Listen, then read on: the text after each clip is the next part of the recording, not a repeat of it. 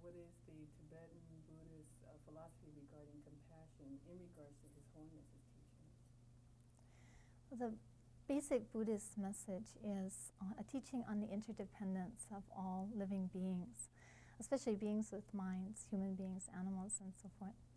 And because each human being wants to experience happiness and does not wish to experience suffering, then each of us has a responsibility to help achieve both our own happiness and the happiness of others. It's all interrelated. By being too selfish, by thinking only of our own benefit, we may think that we're gaining some advantage in the short term, but in the long run, we're defeating our own purposes. It also leads to a lot of conflicts, selfish motivation, self-cherishing, and so forth. So the basic Buddhist teaching is sort of an antidote to selfishness, and that is a feeling of loving kindness to all beings, generating toward others the same kind of feeling of affection that we wish to experience ourselves. And compassion basically means wishing for the... No, I screwed that up. The basic Buddhist definition of compassion is wishing to remove the sufferings of all living beings. And the definition of love is wishing happiness for other beings. So by working actively to remove the sufferings of others and to help affect their happiness, we're actually creating a better world, happiness for ourselves, happiness for others. Right. And so in terms of His Holiness's teachings, he's going around the world. You know, that's his campaign is world peace through compassion, and I understand through service to others. Mm-hmm. And so, taking that into consideration, could we expand the idea of global responsibility and compassion? Well, that ties right in with the interdependence of all life.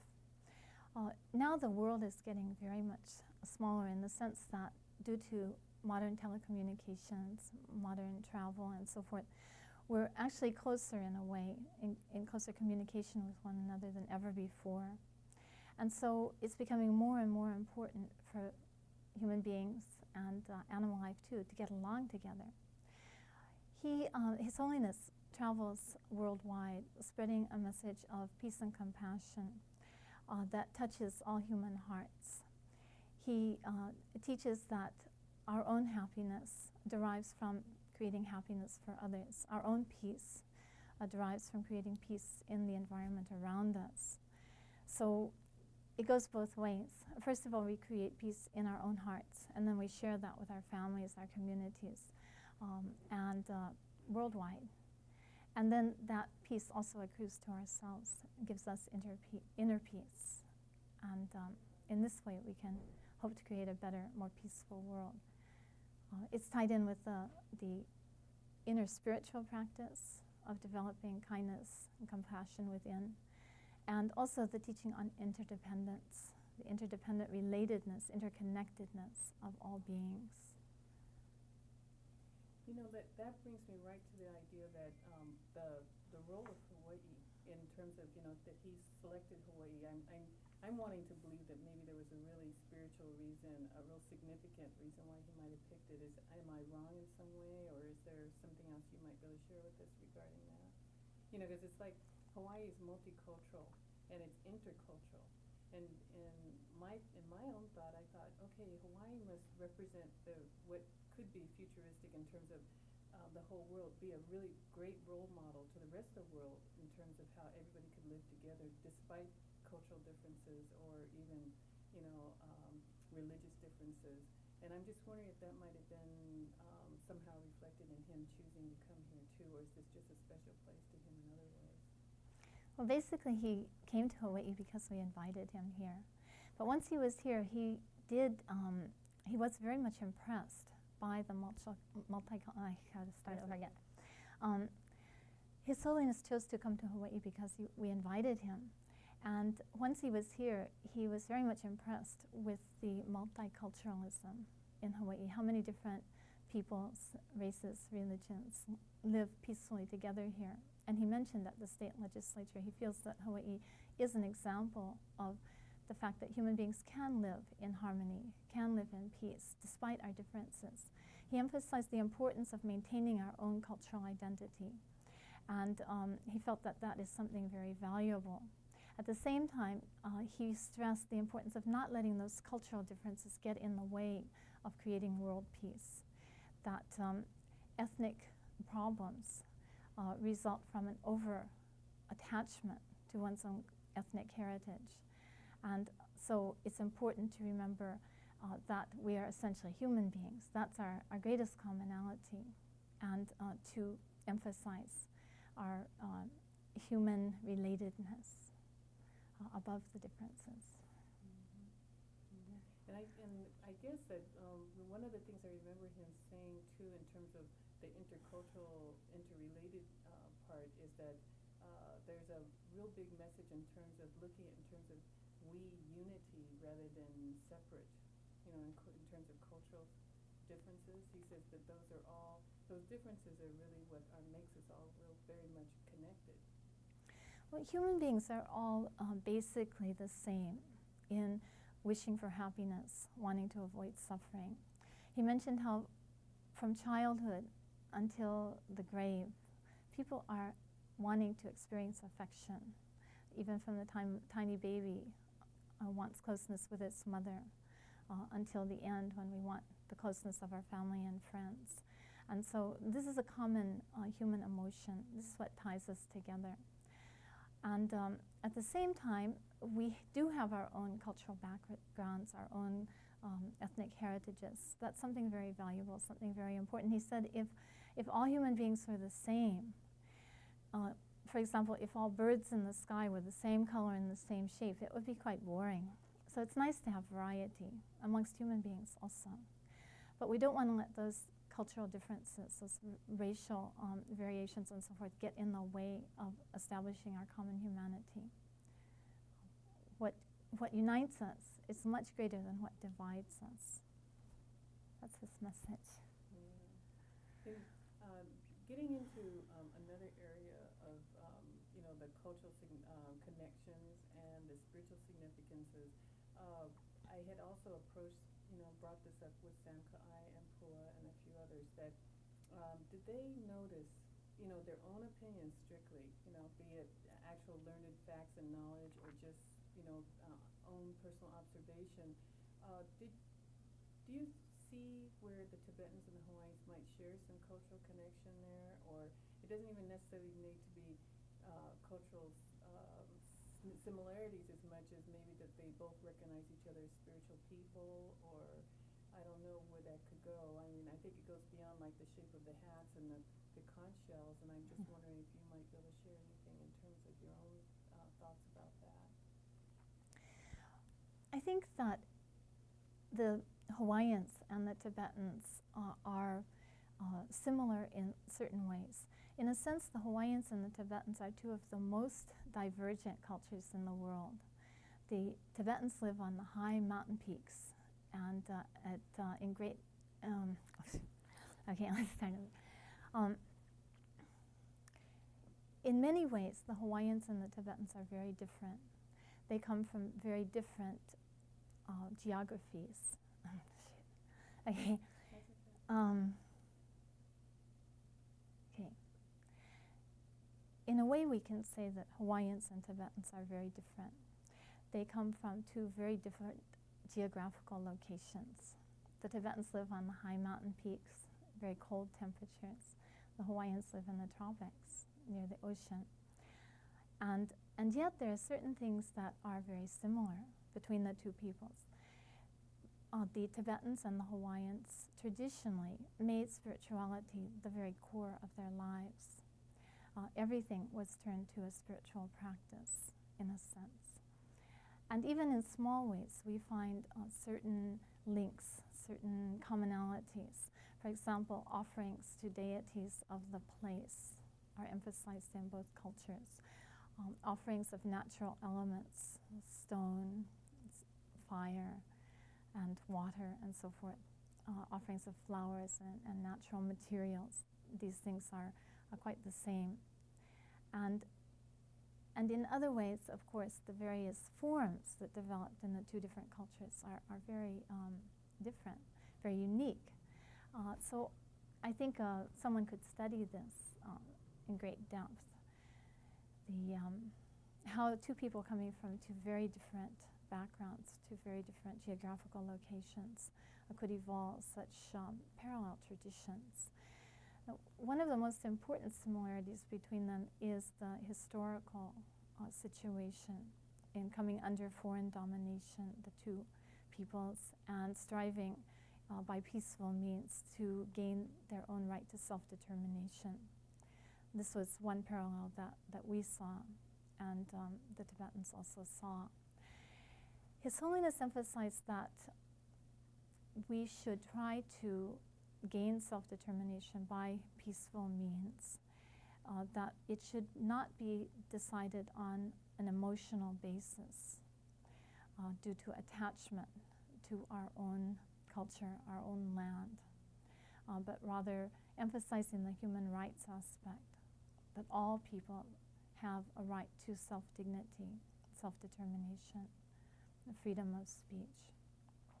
He also pointed out the difference between the Hawaiians and the Tibetans right now, in that the Hawaiian people do have the right to freedom of speech. They are at liberty to say what they like, to point out their history, to push for sovereignty, whereas the Tibetan people do not have that right. They are imprisoned and tortured for mentioning the independence of Tibet. So in this way, they're very different. It's a very sad situation in Tibet. The people of Tibet are in danger of becoming extinct. In another 5 or 10 years, Tibetan culture could very well die out. The huge population transfers from China mean that already the Tibetans are a minority in their own land, without the freedom to pursue their own language and culture, their own religious heritage. So the future is very bleak.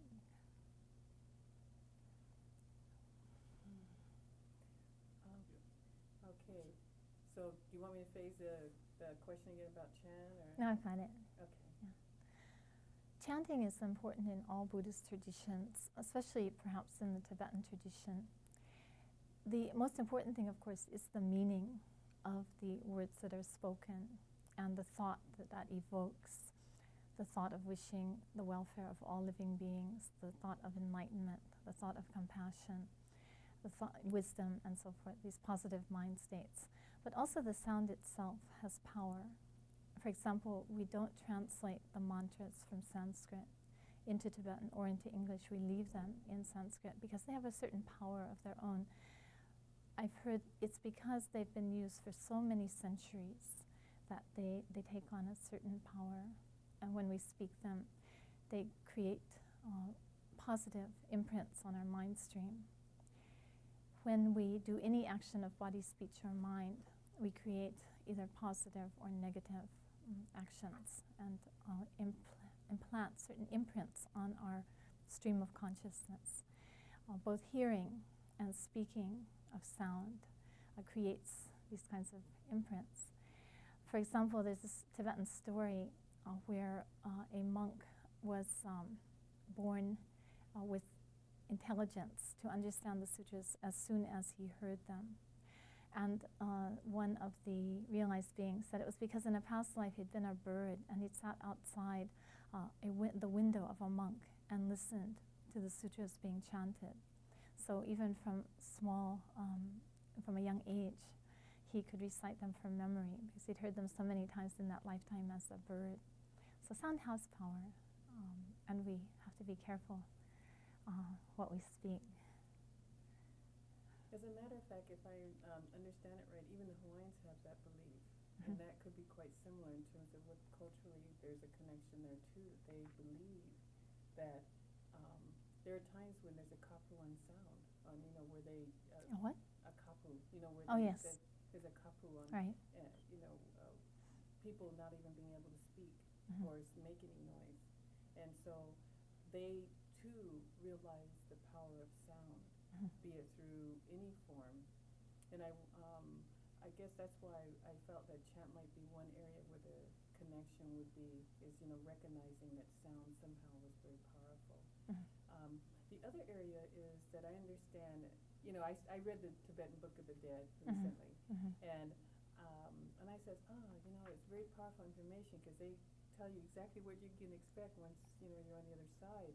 And I spoke to Pua and Sam about that, and they said, especially Pua said that she didn't really recognize any Hawaiian philosophy or beliefs regarding reincarnation, rebirth, but I still wanted to approach that in terms of the Tibetan side, and their philosophy, and what you might be able to share briefly about their beliefs about rebirth, death, and reincarnation.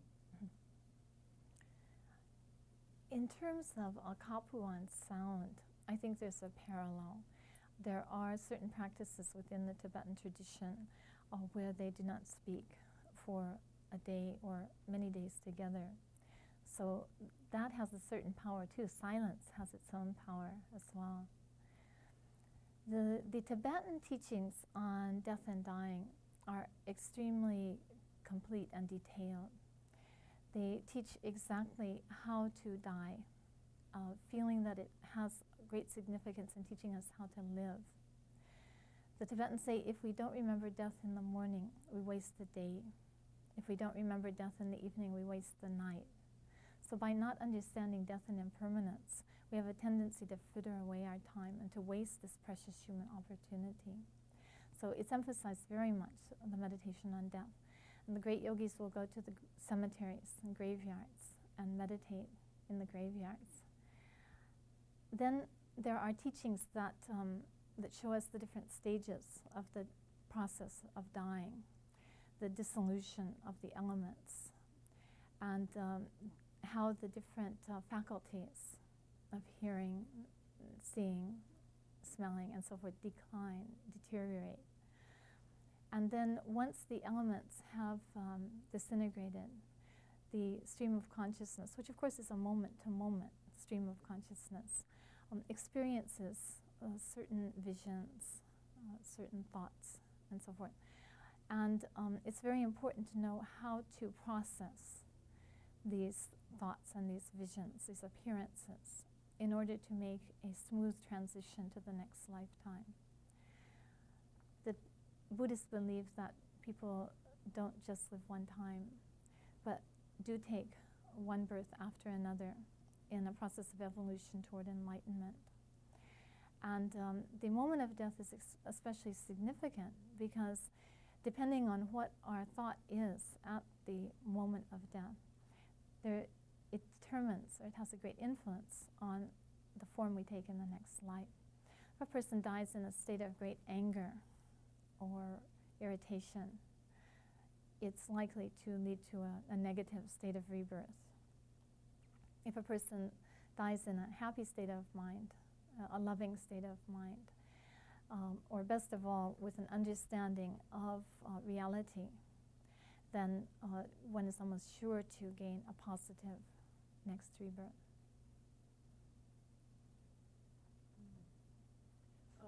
In terms of the reincarnation cycle, I heard you say that it has to do with gaining enlightenment, but do they have like a prescribed amount of reincarnations that happen, or is it just kind of like depending on how much karma you built up or haven't built up? No, there's no prescribed number of rebirths that a person takes. According to the Buddhist teachings, we've been taking rebirths since beginningless time, in one form after another. And when we will achieve enlightenment depends completely on our own efforts. If we really are diligent and are fortunate to get teachings, follow the path, meditate conscientiously, then we can achieve enlightenment in this very rebirth. All Buddhists accept that. On the other hand, if we're lazy, it's going to take time. Okay. And in terms of, how long have you been a Tibetan Buddhist? I've been a Buddhist since I was a child, since I was about 11.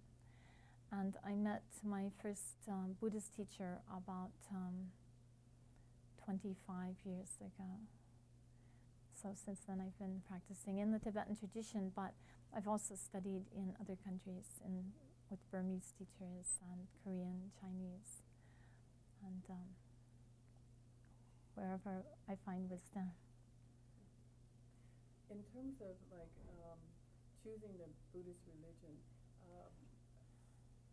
what were you when you started? Were you Catholic or Protestant, and was there anything significant in your life that happened that had you move into the area of becoming a Buddhist?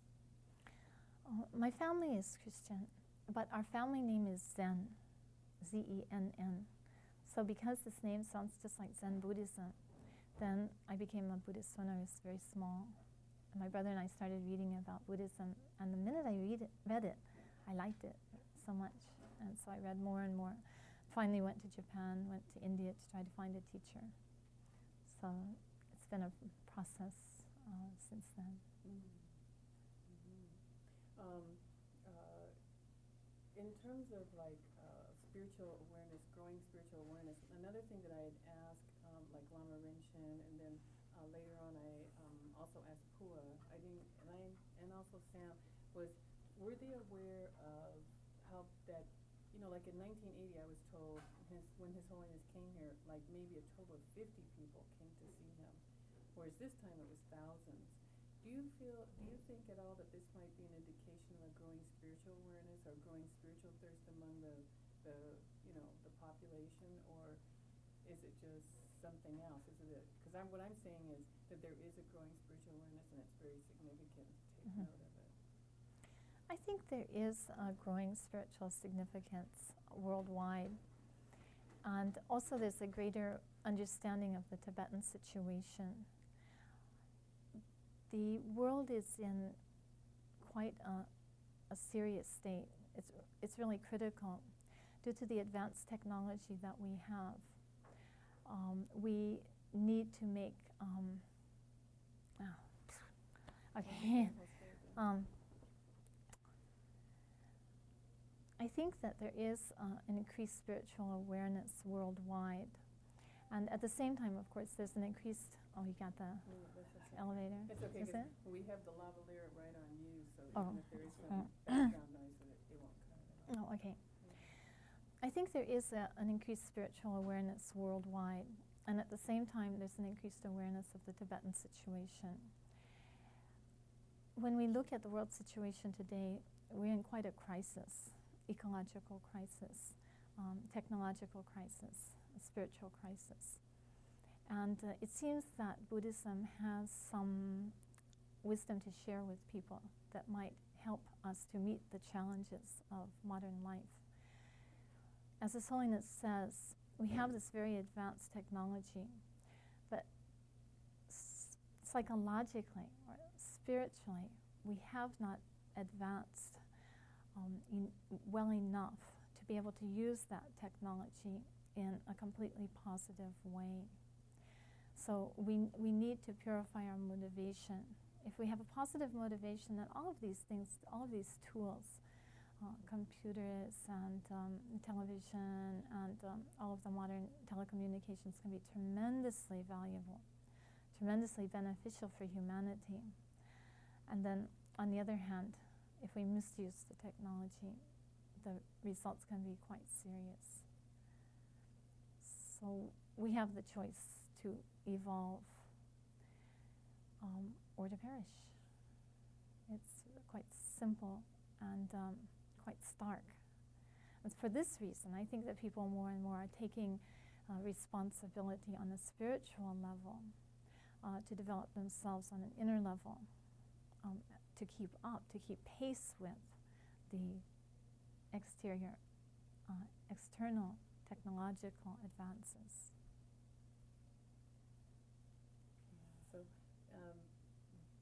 So what you're saying is you are supporting the idea that...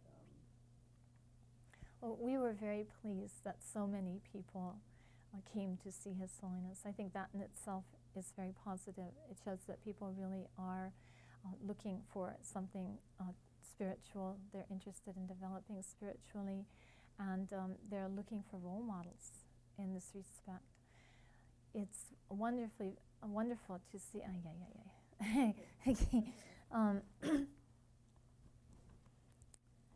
I don't really see that much in terms of the time thing. Okay. It could be significant, but it's kind of new agey. It'd be very hip to say so, but I'm not sure. Yeah. I think it's very significant that so many people came to see His Holiness. Probably 15,000 people in Hawaii came to see him in person, and of course on television and other forms of media. Hundreds of thousands were affected. And I think people are very happy to see a spiritual role model, a figure who embodies these spiritual values, someone who stands on very high moral ground, as His Holiness does. Sends a very important message for our world today. It's also a tribute to the interest in spirituality in Hawaii. I think people learned a lot, and I think people were very moved. It shows that each one of us has the potential for spiritual growth, especially in that he says, I'm nothing special. I'm just a Buddhist monk. It shows that any one of us can develop as he has and embody those same virtues of loving kindness, compassion, wisdom, a caring attitude for others. I think it had a lot of significance for Hawaii. In terms of what, if you were to want to really get something, some message set out there, if you wanted to, the opportunity to say that, is there anything particular that you haven't said yet that you would want to say at this time?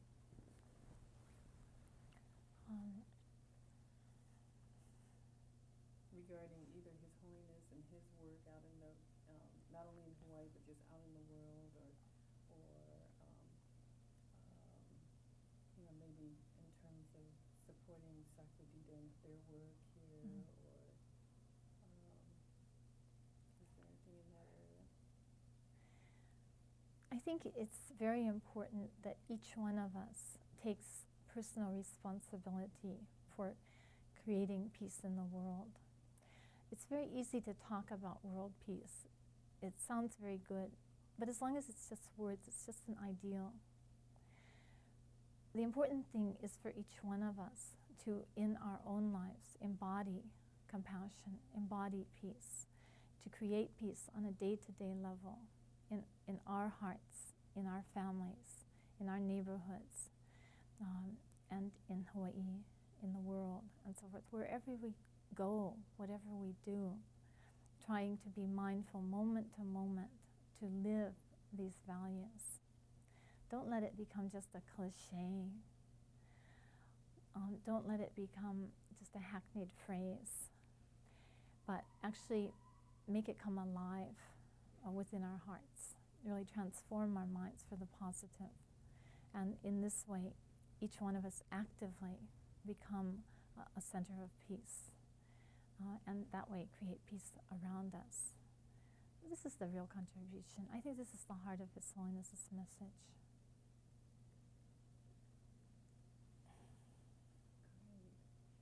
Great. That's really good. I just want to make sure, we can stop the camera for a second.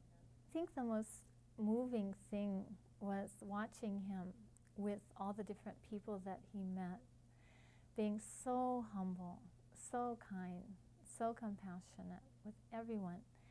He never sets himself above others, but always tries to establish that kind of link, personal link with people he meets. He expressed personal concern for my health and so forth. And he just always seems to touch people and to do what is most meaningful for them. His awareness and concern for others is so deep. And everywhere we went, we saw how much he loves people and how much they love him. And the energy around him was just wonderful. People were very moved. touched people's lives in wonderful ways. And many people express that their whole lives have changed since meeting him. So I think it was really great to see him move from the legislature to the Hawaiian sovereignty leaders, to the academic community, to the spiritual community, and to the wider community, and always relaxed, always happy, always very humble and kind. Yeah, it's a wonderful teaching, wonderful blessing. You know, one thing that really struck me everywhere, because of course I was kind of in the background observing, is that he was just so readily willing to just laugh, you know, laugh and just say, hey, this isn't that serious, come on, you know, it's like, oh, right. enjoy it, you know, it was like right. he wanted to enjoy it and not make it be such a heavy, right. burdensome thing on him.